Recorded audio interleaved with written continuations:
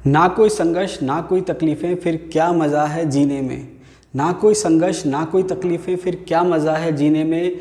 तूफ़ान भी थम जाएगा जब लक्ष्य होगा सीने में। मैं राहुल मुनीम आप सबका स्वागत करता हूं आपके अपने यूट्यूब चैनल आर.के. मुनीम केमिस्ट्री क्लासेस पर। आज हम शुरू करेंगे प्रीवियस ईयर के क्वेश्चन, मतलब अभी तक जितनी हमने थ्योरी पढ़ी है उससे related RPSC first grade school lecture के प्रीवियस ईयर में क्या क्या क्वेश्चन आ रखे हैं वो आज हम सॉल्व करने वाले हैं। तो देखिए, सबसे पहले फर्स्ट क्वेश्चन की अगर हम बात करें, ये देखिए 2012 में जो एग्जाम हुई थी फर्स्ट ग्रेड की उसका है। 2011 में वैकेंसी निकली थी और 2012 में 1 मार्च को एग्जाम हुआ था। ठीक है, फर्स्ट क्वेश्चन क्या है, how many years will be taken by a radio active substance to remain 1/8 of its original amount if half life is 13 years। अब देखिए, ऑब्जेक्टिव सॉल्व करने की एक स्किल होती है, जैसे जैसे आप प्रैक्टिस करेंगे आपकी जो स्किल है वो डेवलप्ड होती जाएगी। तो सबसे पहला जो मेन पॉइंट है ऑब्जेक्टिव सॉल्व करने का वो ये है कि आपको क्वेश्चन ध्यान से पढ़ना है। क्वेश्चन ध्यान से पढ़ने के बाद आपको दो चीज़ का ध्यान रखना है, उसने क्या इन्फॉर्मेशन दे रखी है और क्या उसने पूछा है। तो देखिए, अगर हम इस क्वेश्चन को ढंग से पढ़ें तो इसने क्या कह रखा है, how many years will be taken by a radio active substance, मतलब एक तरह से टाइम पूछना चाह रहा है वो। हाउ मेनी ईयर्स का मतलब वो टाइम पूछना चाह रहा है टू रिमेन 1/8 ऑफ इस ओरिजिनल अमाउंट, मतलब वो ये कह रहा है कि स्टार्टिंग में अमाउंट कितना था 1, स्टार्टिंग में अमाउंट कितना था 1 और उसके बाद अमाउंट कितना हो गया 1/8, मतलब रिएक्टेंट पहले 1 था और बाद में वो कितना हो गया 1/8 हो गया, बाद में कितना हो गया 1/8 हो गया।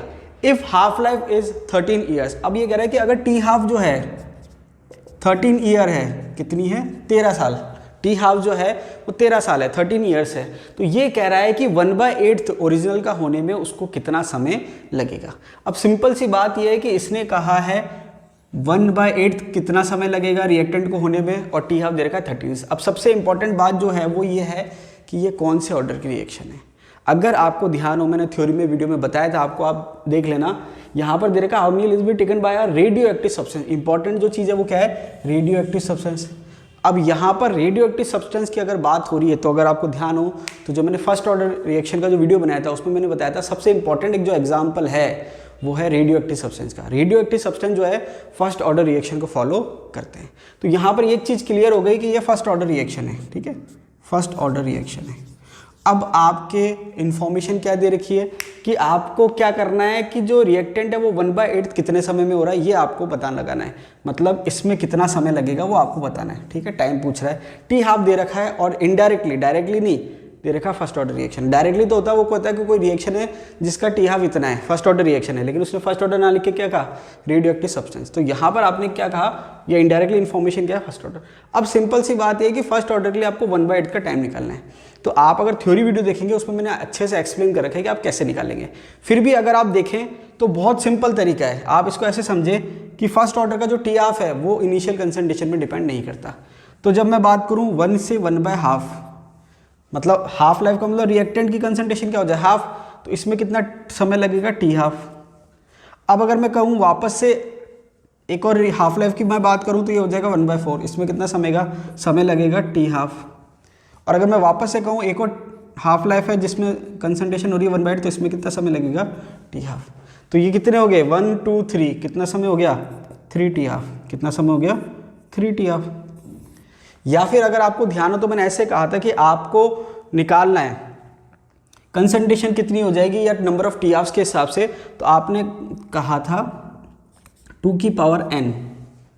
2 की पावर n का मतलब कंसंट्रेशन कितनी रह रही है 1/2 की पावर n। यहाँ पर आप देखेंगे 1/2 की पावर n का मतलब क्या है, 1/2 की पावर n मतलब कितनी कंसंट्रेशन रिएक्टेंट की बच रही है। तो n क्या है, नंबर ऑफ टी हाफ है, n क्या है, नंबर ऑफ टी हाफ। तो यहाँ पर अगर मैं n की वैल्यू क्या रखूँ कि 1/8 आ जाए, ये सिंपल सा फॉर्मूला, ये भी मैंने आपको थ्योरी में बताया था कि अगर वो कह रहा है रिएक्टेंट की कंसंट्रेशन कितनी रह रही है 1/8, तो आप कैसे निकालेंगे, तो उसमें फॉर्मूला था 1/2 की पावर n। यहाँ पर n ऑर्डर ऑफ रिएक्शन नहीं है, n क्या है, नंबर ऑफ टी हाफ है।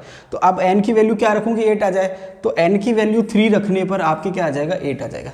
तो या तो आप इस फॉर्मूले से सॉल्व कर लो या आपको फॉर्मूला भी याद करने में दिक्कत हो रही है और आप चाह रहे हो सिंपल मेथड, तो ये वाला अप्लाई कर लो।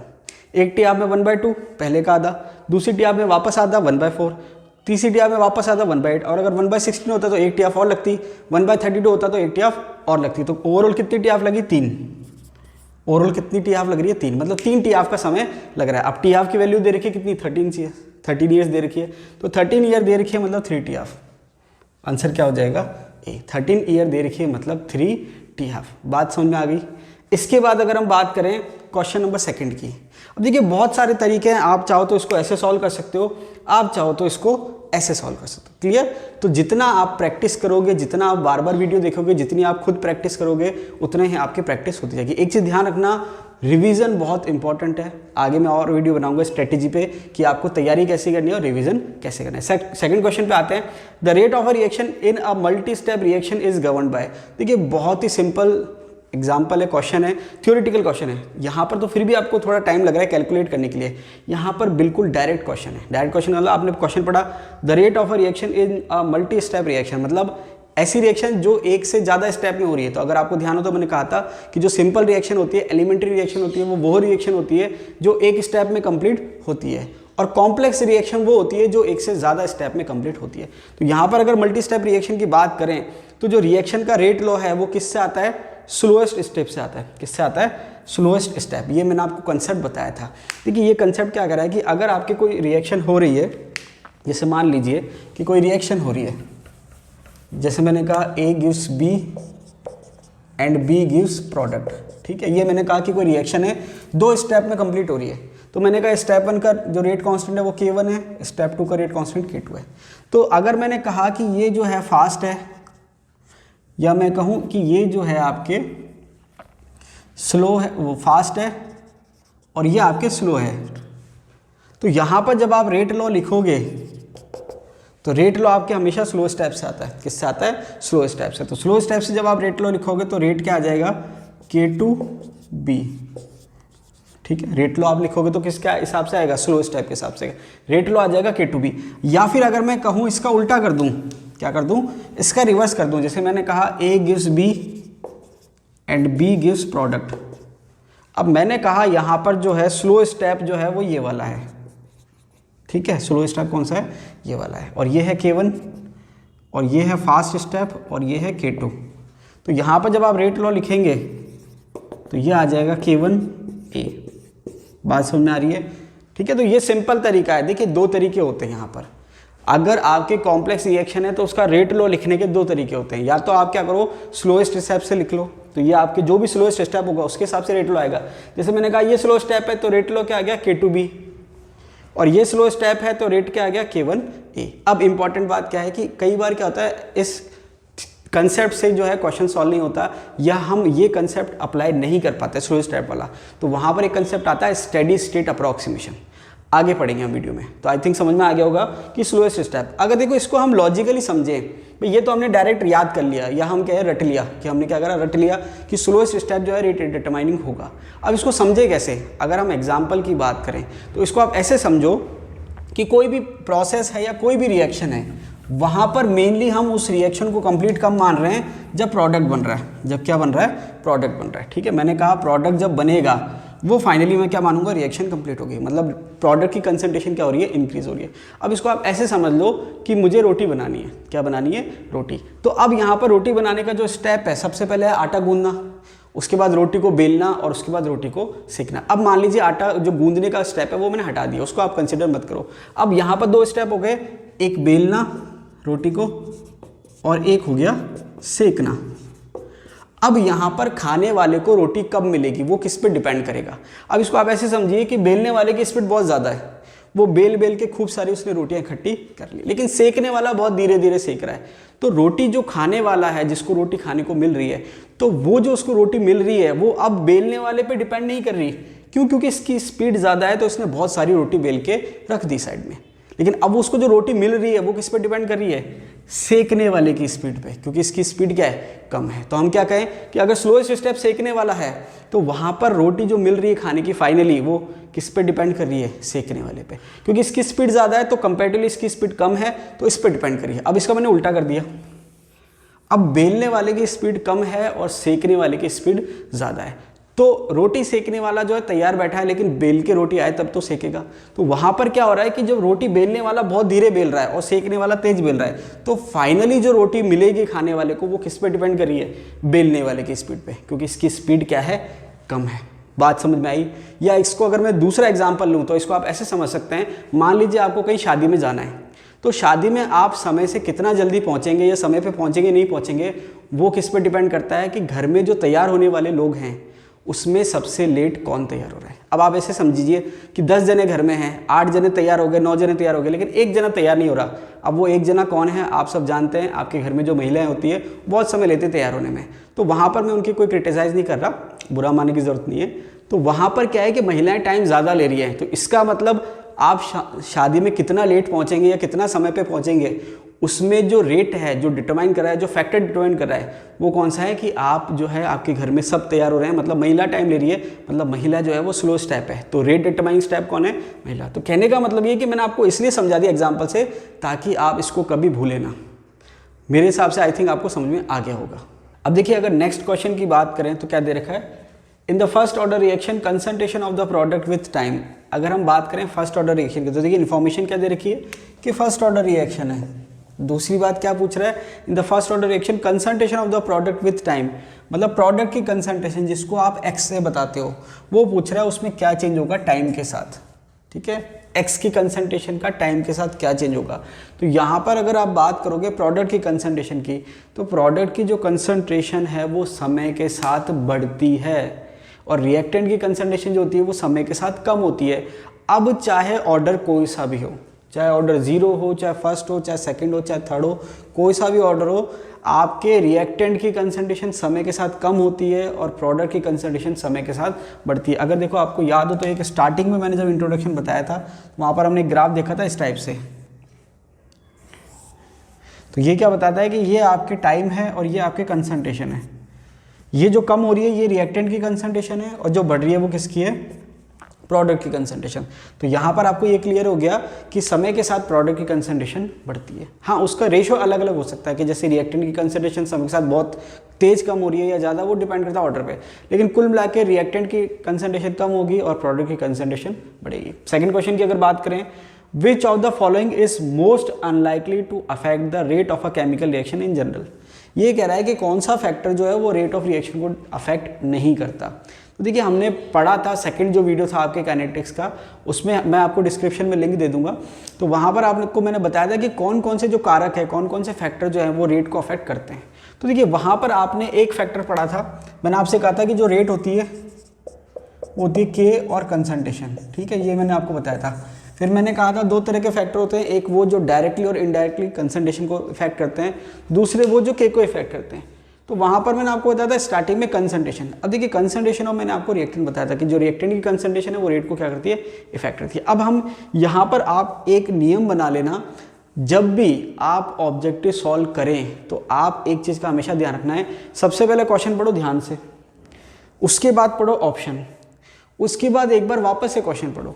क्यों? क्योंकि जब आपने पहले क्वेश्चन पढ़ा तो वो आपने फ्री पढ़ा, मतलब जब आपके दिमाग में ऑब्जेक्टिव नहीं थे या ऑप्शन नहीं थे, फिर आपने ऑप्शन देखे, उसके बाद आप दोबारा से क्वेश्चन पढ़ो। क्योंकि अब जब आप दोबारा क्वेश्चन पढ़ोगे तो आप ऑब्जेक्ट जो आपके ऑप्शन है चारों उनको दिमाग में रख के पढ़ोगे। तो यहाँ पर अब मैं जब चारों ऑप्शन की बात करूँ तो आपको क्या करना है कि अब इसमें से कह रहा है चारों में से सबसे बेकार कौन सा है? Most unlikely. मतलब 3 तो जो है वो ठीक ठाक रेट डिपेंड कर जाएगी उस पर, लेकिन चौथा जो है जिस पे बिल्कुल ही रेट डिपेंड नहीं करेगी। तो वहाँ पर आपको 4 ऑप्शन दे रखे हैं। अब आप क्या करो, चारों में से चेक कर लो किस पे डिपेंड करेगी, किस पे डिपेंड नहीं करेगी। तो देखिए टेम्परेचर जो है इस पर रेट डिपेंड करती है, ये हमने देख रखा है, इस पर रेट डिपेंड कर रही है। उसके बाद बात करें कंसंट्रेशन ऑफ रिएक्टेंट, इस पर भी रेट डिपेंड कर रही है। अब कंसंट्रेशन ऑफ प्रोडक्ट, देखिए जो हमने हेडिंग पढ़ी थी वहाँ पर हमने ये हेडिंग नहीं पढ़ी थी, लेकिन पहला जो पॉइंट दे रखा है size of the reactant vessel, ये तो बिल्कुल ही बेकार है। क्योंकि जो प्रोडक्ट की कंसंट्रेशन जो है वो इनडायरेक्टली रिएक्टेंट की कंसंट्रेशन को प्रभावित करती है या अफेक्ट करती है। कैसे? कि अगर प्रोडक्ट की कंसंट्रेशन ज़्यादा है, इसका मतलब इनडायरेक्टली रिएक्टेंट की कंसंट्रेशन क्या हो गई? कम हो गई। या अगर रिवर्सिबल रिएक्शन है तो वहाँ पर भी इफेक्ट पड़ता है। तो ये भी कहीं ना कहीं जो है रेट को इफेक्ट करेगी, डायरेक्टली या इनडायरेक्टली। लेकिन ये वाला जो पॉइंट है size of the reactant vessel, ये बिल्कुल ही बेकार है, मतलब इसका कोई लेना देना नहीं है किससे? रेट ऑफ द रिएक्शन से। किससे? Rate of the reaction. तो ये कह रहा है which of the following is most unlikely to affect the rate of the reaction. तो ये वाला जो कंसेप्ट है, आप चाहे वेसल का कोई सा भी साइज लो, चाहे आप बीकर 100 ml वाला लो, चाहे 200 ml वाला लो, चाहे 500 ml वाला लो, उस पर रेट डिपेंड नहीं करती। तो इसका आंसर क्या हो जाएगा? फर्स्ट। इसका आंसर क्या हो जाएगा? फर्स्ट। अब देखिए नेक्स्ट क्वेश्चन क्या दे रखा है, which of the following reactions occurring in time scales shown is fastest. तो देखिए यहाँ पर एक तो चीज़ है टाइम स्केल, दूसरा है फास्टेस्ट। ये क्वेश्चन में क्या कहना चाह रहा है कि आपको क्या बताना है कि कौन सी रिएक्शन जो है फास्टेस्ट होगी। अब किस बेसिस पे? टाइम स्केल पे, मतलब टाइम स्केल दे रखा है। स्केल का मतलब क्या है कि आप टाइम को किस में मेज़र कर रहे हो। जैसे इसको आप ऐसे समझ लो कि वेट होता है, तो एक जैसे आप सोना तोल रहे हो तो उसको आप ग्राम में, मिलीग्राम में इसमें तोलते हो। एक आप अनाज तोल रहे हो तो 1 क्विंटल में तोल रहे हो या किलोग्राम में तोल रहे हो। तो वहाँ पर स्केल का मतलब टाइम का कि स्केल क्या है, पैमाना क्या है, उस बेस पे आपको बताना है रिएक्शन क्या है, फास्टेस्ट कौन सी है। तो यहाँ पर आपकी जो टर्म दे रखी है picosecond, nanosecond, femtosecond और मिली सेकेंड, इसकी आपको नॉलेज होनी चाहिए। तो देखिए सबसे पहले अगर बात करें पिको सेकेंड की, तो पिको का मतलब होता है 10⁻⁻12। सेकेंड में बात करें नैनो की, तो नैनो का मतलब होता है 10⁻⁻9। फेम्टो की बात करें तो 10⁻⁻15 और मिली की बात करें तो 10⁻⁻3। ठीक है, तो वापस से रिपीट कर रहा हूँ, पिको 10⁻⁻12 जो कि फर्स्ट ऑप्शन है, सेकंड, थर्ड और ये फोर्थ। अब रिएक्शन कौन सी स्लो है, कौन सी फास्ट है, आप कैसे बताओगे? जिस रिएक्शन को कंप्लीट होने में ज़्यादा समय लग रहा है वो स्लो है, जिसको कंप्लीट होने में कम समय लग रहा है वो फास्ट है। मतलब जिसका टाइम स्केल छोटा है वो फास्ट है, जिसका टाइम स्केल बड़ा है वो स्लो है। अब देखिए टाइम स्केल की अगर बात करें तो सबसे छोटा जो है वो ये है। अगर पावर माइनस में ज़्यादा है इसका मतलब ओवरऑल वैल्यू क्या आएगी, कम आएगी। तो टाइम स्केल सबसे कम किसका है, इसका। तो जो रिएक्शन फास्टेस्ट होगी वो किसकी होगी, इसकी। तो केवल आपसे 2 चीज़ पता लगाई, एक तो ये पता लगाया कि फास्ट और स्लो का कंसेप्ट क्या है, जिसमें टाइम कम लगे वो फास्ट है, जिसमें टाइम ज़्यादा लगे वो स्लो है, पहली बात। दूसरी बात, आपको इनकी नॉलेज होनी चाहिए कि पिको का मतलब क्या है, नैनो का मतलब क्या है, मिली का मतलब क्या है, फेम्टो का मतलब क्या है। ठीक है, तो अगर आपको ये नॉलेज है तो आपका आंसर आराम से आ जाएगा, बहुत टाइम नहीं लगेगा, 5 सेकंड, 10 सेकंड, 15 सेकंड मैक्सिमम। ठीक है, सेकंड क्वेश्चन की बात करते हैं। The rate of a reaction is described bye. अब ये कह रहा है कि कोई रेट लॉ दे रखा है, rate of a reaction is describe मतलब कोई रेट लॉ है, -dA/dt equals to KAB²C² -D1। ये कोई रेट लॉ है, इसको आप इसकी जगह आप सिंपल रेट मान सकते हो। क्या मान सकते हो, रेट। देखिए मैंने आपको स्टार्टिंग बताया था कि जो रेट है आप उसको रिएक्टेंट के सेंस में भी बता सकते हो और प्रोडक्ट के सेंस में भी बता सकते हो। तो ये सिंपल आप मान लो कि क्वेश्चन में ये रेट दे रखा है। ठीक है, रेट का फॉर्मूला या रेट लॉ क्या है, KAB²C⁻³ D⁻⁻1। यहाँ तक समझ में आ गया, ये रेट लॉ है। इसके बाद क्या दे रखा है, which of the following statement is not true. अब देखिए ये आपको ध्यान रखना है कि ये यहाँ पर नॉट लिखा हुआ है, ठीक है, और ये आगे ट्रू है, क्योंकि अगर आपने नॉट ढंग से नहीं पढ़ा तो ट्रू हो जाएगा, मतलब क्वेश्चन जस्ट उल्टा हो जाएगा। अभी आपसे क्या पूछा है, which of the following statement is not true. तो देखिए एक तो हम कहें कि कौन सा स्टेटमेंट सही है और एक हम आपसे कहें कौन सा स्टेटमेंट सही नहीं है। तो जो नॉट ट्रू है उसका मतलब एक तरह से हो गया रॉन्ग या फिर आप कह सकते हो फॉल्स। समझ में आ रही बात। तो एक तो आपसे कह रहे ट्रू कौन सा है और एक आपसे कह रहे नॉट ट्रू, इसका मतलब फॉल्स कौन सा है। समझ में आ गई बात, ये आपको ध्यान रखना है क्वेश्चन में, आपको ये चीज़ों का ध्यान रखना है, बहुत ध्यान से क्वेश्चन आपको पढ़ना है। ठीक है, आगे दे रखा है the rate of a reaction will increase on increasing the concentration of. ये कह रहा है कि आप कंसंट्रेशन बढ़ाएंगे और रेट इंक्रीज होगी। अब यहाँ पर इसने कह दिया कि होगी, ठीक है, ये किसने क्या कहा, the rate of a reaction will increase on increasing the concentration of. तो अब ये क्या कहना चाह रहा है कि ए, मान लीजिए ऑप्शन 1 की बात करें, अब ए की कंसंट्रेशन के साथ रेट बढ़ेगी या नहीं बढ़ेगी या कम होगी, वो अगर हम चेक करें तो देखिए रेट जो है अगर बाकी सबको मैं कांस्टेंट मान लूँ तो क्या आ रहा है, रेट जो आ रहा है वो आ रहा है प्रोपोर्शनल किसके, ए के। इसका मतलब अगर मैं ए की कंसंट्रेशन को बढ़ाऊंगा तो रेट बढ़ेगी, इसका मतलब रेट बढ़ रही है, ये सही है। ठीक है, ट्रू फॉल्स में आप साइड में टिक कर लेना, ट्रू कौन सा है फॉल्स कौन सा है, तो आपको क्लियर हो जाएगा। अब सेकंड बात करें बी की, तो अगर मैं बाकी सबको कांस्टेंट मान के बी की बात करूं तो ये आ गया rate is proportional to B⁻²। इसकी बात, इसका मतलब ये हुआ कि अगर आप बी की कंसंट्रेशन को बढ़ाओगे तो जो रेट है वो भी बढ़ेगा, ठीक है, वो भी स्क्वायर में बढ़ेगा। अब कितना बढ़ेगा वो हम बात नहीं करें, केवल हम क्या कहना चाह रहे हैं कि अगर आप बी को बढ़ाओगे तो रेट बढ़ेगा। अब इसको आप ऐसे समझो कि बी को 2 गुना कर दिया तो रेट कितना हो जाएगा, 2⁻² 4 गुना हो जाएगा। ठीक है, अब थर्ड ऑप्शन क्या है, सी।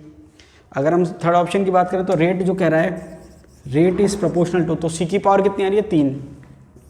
C की पावर आ रही 3। इसका मतलब ये हुआ कि अगर आप C की कंसंट्रेशन को बढ़ाओगे तो रेट भी क्या हो जाएगी, बढ़ जाएगी। कितने गुना, 3 गुना।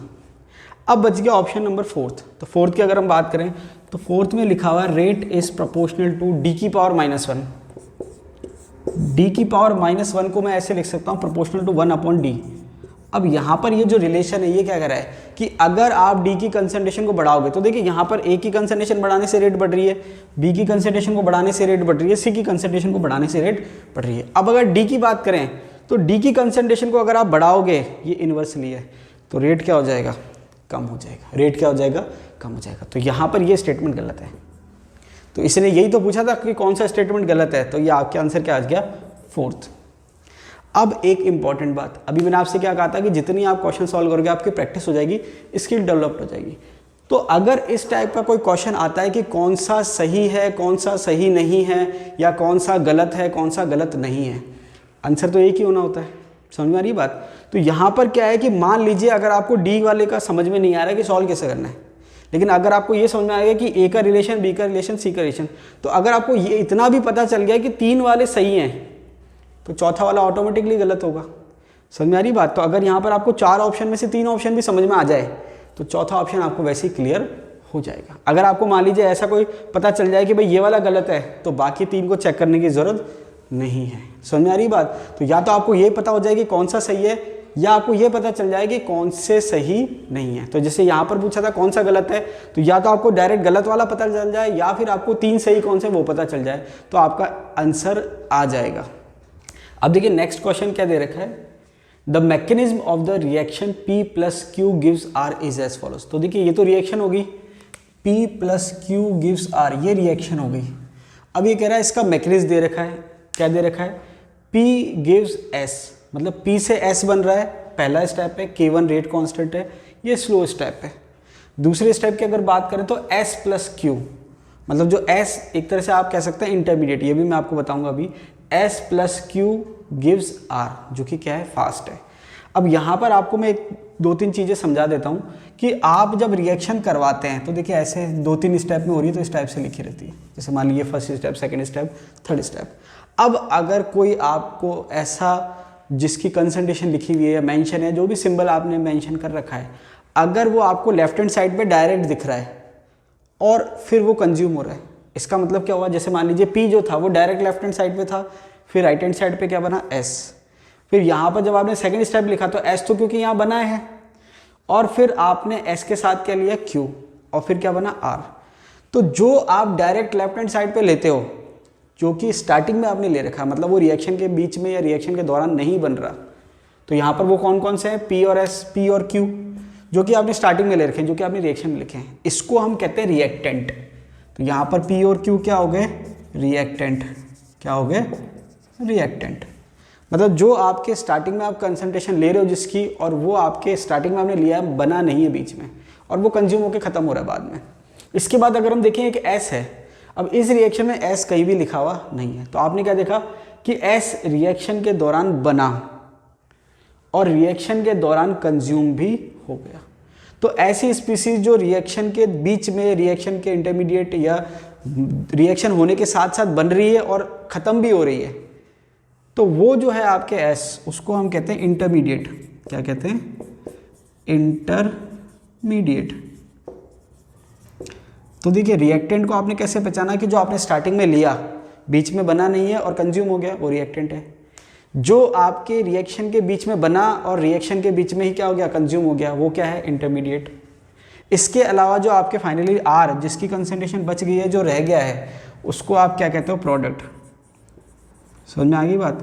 क्योंकि देखिए RPSC इस टाइप से भी क्वेश्चन पूछती है, वो आपको एक रिएक्शन देगी मैकेनिज्म के फॉर्म में, फिर वो कहेगी ये स्टेप है, ये स्टेप है, ये स्टेप है, अब बताओ इसमें रिएक्टेंट क्या है, बताओ इसमें इंटरमीडिएट क्या है, बताओ इसमें प्रोडक्ट क्या है। अब एक चीज़ और आती है, कैटलिस्ट। ठीक है, अगर इसी के सेंस में कहें तो कैटलिस्ट को आप कैसे पहचानोगे, तो देखिए रिएक्टेंट और प्रोडक्ट आपको समझ में आ गया। इंटरमीडिएट कौन है, जो आपके बीच में बन रहा है और बीच में ही कंज्यूम हो रहा है। कैटलिस्ट में और रिएक्टेंट में फ़र्क यह है कि कैटलिस्ट को आप स्टार्टिंग में लोगे, वो रिएक्शन में काम भी आएगा, मैकेनिज्म में इन्वॉल्व भी होगा, लेकिन उसकी कंसंट्रेशन में चेंज नहीं आएगा, मतलब वो रिएक्शन के दौरान कंज्यूम नहीं होगा। तो ऐसी स्पीसीज जो आप स्टार्टिंग में ले रहे हो लेफ्ट हैंड साइड से, लेकिन उसकी कंसंट्रेशन में चेंज नहीं आ रहा है, उसको आप कहते हो कैटलिस्ट। उसके आप क्या कहते हो? कैटलिस्ट। देखिए इससे रिलेटेड कोई क्वेश्चन बाद में आएगा तो मैं आपको और सॉल्व करवा दूंगा। अब आ जाते हैं वापस से मेन क्वेश्चन पे। तो आपने क्या देखा, 2 स्टेप है, K1 K2, एक स्लो और एक फास्ट। तो देखिए यहाँ पर इतना क्वेश्चन देखते ही आपको एक कंसेप्ट क्लियर हो जाना चाहिए या क्लिक हो जाना चाहिए, ठीक है। जैसे आप क्वेश्चन पढ़ोगे आपको क्लिक हो जाना चाहिए। देखिए कोई क्वेश्चन होता है तो क्वेश्चन के पीछे उद्देश्य क्या होता है कि वो आपकी नॉलेज चेक करना चाह रहा है कि भाई आपको कुछ आता है या नहीं आता। दूसरा वो आपके कंसेप्ट चेक करना चाह रहा है। तीसरा ये कि भाई आपने जो कंसेप्ट सीखे उसको आप अप्लाई कर सकते हो या नहीं कर सकते। तो यहाँ पर उसने क्या कहा कि ये रिएक्शन है और ये मैकेनिज्म है, ये स्लो है और ये फास्ट है। अब आगे क्या कह रहा है, the rate equation and the order with respect to P and Q are given by set. अब ये कह रहा है कि आपको इस मैकेनिज्म के बेस पे रेट लॉ बताना है या रेट इक्वेशन बतानी है और ऑर्डर बताना है। ऑर्डर क्या बताना है? The rate equation. क्या पूछा उसने? Rate equation. इस मैकेनिज्म के बेस पे अगर वो मैकेनिज्म नहीं देता तो हम नहीं बता सकते, ठीक है। लेकिन उसने मैकेनिज्म दिया है तो हम बिल्कुल बता सकते हैं। The rate equation and the order with respect to P and Q। अब यहां पर एक चीज होनी चाहिए, रेस्पेक्टिवली। एक शब्द और लिखा हुआ होना चाहिए, respectively are given by the set. Respectively का मतलब होता है सीक्वेंस, मतलब पहले P है और बाद में Q है। मतलब पहले जो लिखा हुआ होगा वो P का ऑर्डर होगा, बाद में जो लिखा हुआ होगा वो Q का होगा। खैर नहीं दिया तो कोई बात नहीं, आपको ध्यान रखना है। इसका मतलब क्या होगा, सबसे पहले रेट लो लिखा होगा, उसके बाद P के रेस्पेक्ट में ऑर्डर, उसके बाद Q के रेस्पेक्ट में ऑर्डर। अब आपको मैंने बताया था, इससे पहले भी हमने क्वेश्चन सॉल्व करा, कि आपके जो रेट लो होता है वो स्लो स्टेप के अकॉर्डिंग होता है। तो स्लो स्टेप ये दे रखा है, तो स्लो स्टेप के हिसाब से अगर मैं बात करूं रेट लॉ की या रेट इक्वेशन की बात करूं, एक ही बात है। तो यहाँ पर क्या आ जाएगा, रेट बराबर K1P। अब देखिए रेट को जो आप है वो रिएक्टेंट के सेंस में भी लिख सकते हो, प्रोडक्ट के सेंस में भी लिख सकते हो। फाइनली क्या आ गया, K1P, क्योंकि ये स्लो स्टेप है। अब ये आपके रेट लॉ आ गया। अब आप यहाँ देखोगे कि जब ये रेट लॉ है तो P के रेस्पेक्ट में जो है वो पावर क्या आ रही है, 1। तो P के रेस्पेक्ट में ऑर्डर कितना हो गया, 1। अब इस रेट लॉ में कहीं भी Q लिखा हुआ है क्या, नहीं लिखा हुआ। इसका मतलब ये हुआ कि Q के रेस्पेक्ट में ऑर्डर कितना है, 0। Q के रेस्पेक्ट में ऑर्डर कितना है, 0। तो अब आप इसको चेक करेंगे कि रेट लॉ क्या है, K1P। तो देखिए K1P ये रहा, K1P एक ही में दे रखा है, समझ में आई बात। तो K1P एक ही में दे रखा है, तो ये भी कैंसिल आउट हो गया, ये भी कैंसिल आउट हो गया और ये भी कैंसिल आउट हो गया। तो अगर आपको P और Q के सेपरेटली रेस्पेक्ट में ऑर्डर निकालना नहीं भी आता तो भी आपका आंसर आ जाता है। क्यों? क्योंकि K1P जो है वो एक ही में दे रखा है, तो ये आपका आंसर हो जाएगा। आई थिंक आपको समझ में आ गया होगा। नेक्स्ट क्वेश्चन दे रखा है, the unit for specific reaction rate of second order reaction is. Specific reactant rate का मतलब रेट कांस्टेंट से होता है। तो हमने पढ़ा था 0 order, first order, second order. तो ये मैंने आपको थ्योरी में अच्छे से बता रखा है कि 0 order, first order, second order की जो यूनिट होती है रेट कांस्टेंट की वो क्या होती है। तो यहाँ पर आपके K = 0, K = 1, K = 2। और सिंपल अगर हम बात करें तो जो 0 ऑर्डर है उसकी जो यूनिट होती है वो होती है मोल पर लीटर पर सेकेंड। फर्स्ट ऑर्डर के लिए होती है सेकेंड इनवर्स और सेकेंड ऑर्डर के लिए होती है लीटर पर मोल सेकेंड इनवर्स। या फिर आप इसको ऐसे लिख सकते हो, mole inverse litre second inverse. कैसे भी आप चाहो तो लिख सकते हो। देखो अब आप ऑप्शन चेक करो, ये हो गई फर्स्ट ऑर्डर की, ठीक है, मोल पर लीटर पर सेकेंड, ये हो गई 0 ऑर्डर की, और फिर ये आपके litre mole square litre square का कोई कंसेप्ट नहीं है। तो देखिए लीटर और मोल जो है वो दोनों की पावर सेम होगी और अपोजिट में चलेगी। जैसे अगर मोल आपके लीटर जो है मोल +1 पावर है तो ये -1 होगी। तो यहाँ तो इसका कोई रोल ही नहीं है, बिल्कुल ही गलत है, किसी के लिए भी नहीं होगी। और लास्ट वाला जो है litre mole inverse second inverse, ये हो गया आपके litre mole inverse second inverse. तो ये आपकी यूनिट होगी किसकी, रेट कांस्टेंट की। तो ये वाला जो क्वेश्चन है ये डायरेक्ट क्वेश्चन है कि अगर आपको याद है तो अच्छी बात है, याद नहीं है तो कोई बात नहीं। ये वाला आपका कंसेप्चुअल है, आप वो कंसेप्ट चेक करवाना चाह रहा है। अब देखिए नेक्स्ट क्वेश्चन जो है, अभी तक हमने देखिए 8 क्वेश्चन पढ़ लिए, 7 जो थे वो 2012 में से आए थे। तो आप देखेंगे कि केवल 2012 में ही आपको 7 क्वेश्चन मिल गए हैं। और ये तो मैं आपको वो सॉल्व करा रहा हूँ जितनी मैंने थ्योरी पढ़ा दी है। जो थ्योरी अभी बाकी है उससे क्वेश्चन भी और मिल सकते हैं। इसके बाद 2013 जो 8वां क्वेश्चन 2013 का था और ये 9th क्वेश्चन भी 2013 का। देखिए 2013 की वैकेंसी थी, एग्जाम 2014 में हुआ था और 2015 में पोस्टिंग मिली थी, ठीक है, जिसमें मैं भी सिलेक्ट हुआ था। मैंने 2015 में as a school lecturer join किया था। 2012 वाला जो था उसमें भी मैंने एग्जाम दिया था, मैं सिलेक्ट हो गया था, लेकिन क्योंकि मेरी एमएससी अपीयरिंग में थी, 2012 में मैं एमएससी पास आउट हूँ, तो इस वजह से मैं एलिजिबिलिटी क्राइटेरिया जो है उसको फुलफिल नहीं कर पाया था। तो जो है 2012 वाला मैंने स्कूल लेक्चर क्लियर कर रखा है और 2013 वाला भी क्लियर कर रखा है। ये मैं आपको इसलिए बता रहा हूँ कि मैं फर्स्ट ग्रेड के एग्जाम दे चुका हूँ, तो मुझे एक्सपीरियंस है, तो मैं आपको अच्छे से गाइड कर सकता हूँ। ठीक है, तो देखिए disintegration of radio active element is an example of, अभी हमने क्वेश्चन सॉल्व करा कि रेडियो एक्टिव जो डिसइंटीग्रेशन है वो कौन से ऑर्डर का एग्जांपल है, फर्स्ट ऑर्डर का। तो देखिए इस टाइप के क्वेश्चन जो होते हैं वो बहुत इजी क्वेश्चन होते हैं। इजी का मतलब एक बार आपने पढ़ा और आपको आंसर आ गया, 5 सेकंड मुश्किल से लगते हैं, तो ये आपके डायरेक्ट नॉलेज बेस्ड क्वेश्चन होते हैं। ठीक है, सेकंड नेक्स्ट क्वेश्चन दे रखा है फॉर द रिएक्शन, अब देखिए रिएक्शन जो दे रखी है 2SO2 प्लस, यहाँ लिख देता हूँ मैं 2SO2 plus oxygen gives 2SO3, यहाँ कंडीशन दे रखी है एक्सेस। तो देखिए अगर आपको याद हो तो मैंने आपको बताया था कि अगर कोई रिएक्टेंट एक्सेस में है, ओस्टवाल मेथड था जो आपके ऑर्डर, जो method to determine order of reaction था, उसमें ओस्टवाल मेथड आपको बताया था मैंने। तो वहाँ पर क्या था कि अगर कोई भी रिएक्टेंट एक्सेस में होता है तो उसके रेस्पेक्ट में ऑर्डर क्या हो जाता है, जीरो हो जाता है। ऑर्डर क्या हो जाता है, जीरो हो जाता है, जो हमने सूडो ऑर्डर या सूडो यूनिमॉलिक्यूलर में भी देखा था। तो यहाँ पर अगर ऑक्सीजन एक्सेस में है, इसका मतलब एक्चुअल ऑर्डर चाहे कुछ भी हो, अब जो आएगा ऑर्डर उसमें ऑक्सीजन नहीं होगा, कोई उसका रोल नहीं होगा। अब ये कह रहा है the order of reaction with respect to oxygen is, तो जो आपके एक्सेस में दे रखा होता है उसके रेस्पेक्ट में ऑर्डर क्या हो जाता है, भले एक्चुअल अगर ये एक्सेस नहीं होता तो हो सकता है इसका कुछ ऑर्डर होता, लेकिन क्योंकि इसको मैंने एक्सेस में कर दिया तो उसके रेस्पेक्ट में ऑर्डर क्या हो जाएगा, जीरो। तो आंसर क्या हो जाएगा, जीरो। तो यहाँ पर वो आपसे कंसेप्ट चेक करना चाह रहा है, क्या चेक करना चाह रहा है कि आपको पता है या नहीं कि अगर किसी रिएक्टेंट की कंसंट्रेशन को हम एक्सेस में करेंगे तो उसके रेस्पेक्ट में ऑर्डर क्या हो जाएगा। तो ये आपके जो ओस्टवाल मेथड था उस पर रिलेटेड है। नेक्स्ट क्वेश्चन दे रखा है rate constant for first order reaction is, अब देखिए रेट कांस्टेंट दे रखा है फर्स्ट ऑर्डर के लिए, तो रेट कांस्टेंट मतलब K1 दे रखा है, कितनी वैल्यू दे रखी है 5.5 इंटू 10⁻⁻14 सेकेंड इनवर्स। ठीक है, आपके रेट कांस्टेंट की यूनिट होती है सेकेंड इनवर्स फर्स्ट ऑर्डर के लिए। ठीक है, अब ये कह रहा है the half life of the reaction is, half life का मतलब T हाफ, तो T हाफ का जो फॉर्मूला होता है वो है 0.693 अपॉन K। तो आप क्या करो, K की वैल्यू रख दो 0.693 अपॉन K। K की वैल्यू क्या है 5.5 इंटू 10⁻⁻14। इसको आप सॉल्व कर लीजिए। इसको जब आप सॉल्व करेंगे तो ये हो जाएगा 0.693, नीचे मैंने कर दिया 5.5। अब देखिए पॉइंट के बाद अगर कुछ लिखा हुआ तो आप जीरो लगा सकते हैं, तो मैंने 2 जीरो लगा दिए। अब यहाँ पर जो पावर नीचे थी उसको मैं ऊपर ले गया, तो ये हो गया 10⁻14। क्या हो गया 10⁻14। अब ये मैंने पॉइंट हटा दिया क्योंकि पॉइंट के बाद 3 है और पॉइंट के बाद 3 है, तो यहाँ पर ये आ गया। अब इसको आप चाहो तो ऐसे लिख सकते हो 693 अपॉन 55, और जो 2 पावर थी इससे 2 पावर कैंसिल आउट हो जाएगी, हो गया 10⁻12। अब देखिए इस टाइप के जो क्वेश्चन है उसको हम कहते हैं न्यूमेरिकल। न्यूमेरिकल का मतलब क्या हुआ कि यहाँ पर आपको उसने डेटा दिया और फिर आपसे कुछ पूछा, तो उसको पूछने के लिए आपको एक फॉर्मूला अप्लाई करना पड़ा। क्या करना पड़ा, फॉर्मूला अप्लाई करना पड़ा। फिर फॉर्मूले में आपने वैल्यू पुट करी, उसके बाद आपको उसको सॉल्व करना पड़ा। ठीक है, तो इसको हम न्यूमेरिकल कहते हैं।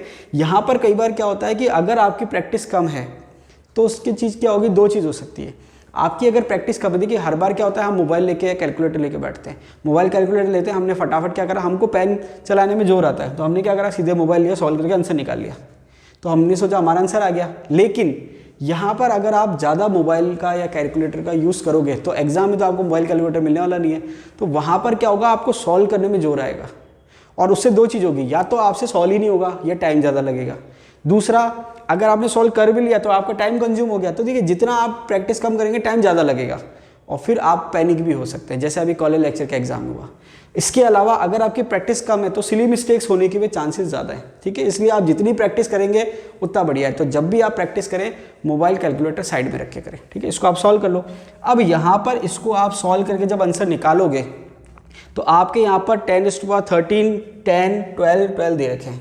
तो अब आप देखो न्यूमेरिकल वैल्यू क्या आ रही है। न्यूमेरिकल वैल्यू जब आप सॉल्व करोगे तो देखिए आपका जो भी आंसर आएगा आप सॉल्व करिए और मुझे कमेंट बॉक्स में बताइए कि इसका आंसर क्या आ रहा है। ठीक है, सॉल्व करने को मैं भी कर सकता हूँ, लेकिन ये जो है जितना कंसेप्चुअली मेरे को बताना था कि ये आपका फॉर्मूला है और ये वैल्यू आपको पुट करनी है। अब इसके बाद सॉल्व करने का काम आपका है। अब यहाँ पर आप कितना सॉल्व कर रहे हैं, कैसे आंसर लाएंगे, वो आपका काम है, ठीक है। करने को मैं सॉल्व कर सकता था, लेकिन ये आपका ऐसे समझ लीजिए होमवर्क है, ठीक है। अब आप मुझे कमेंट बॉक्स में बताइए कि इसका आंसर क्या आ रहा है, ठीक है। आज के लिए इतना ही। वीडियो को अंत तक देखने के लिए बहुत बहुत धन्यवाद। अगर आपको वीडियो अच्छा लगा तो वीडियो को लाइक कीजिए, दोस्तों के साथ शेयर कीजिए, और अगर आप चैनल पे नए हैं तो चैनल को सब्सक्राइब कीजिए और जो बेल आइकन है उसको हिट कर लीजिए, ताकि जैसे मैं नया वीडियो डालूं सबसे पहले आपके पास क्या आ जाए, नोटिफिकेशन आ जाए। वीडियो को अंत तक देखने के लिए बहुत बहुत धन्यवाद।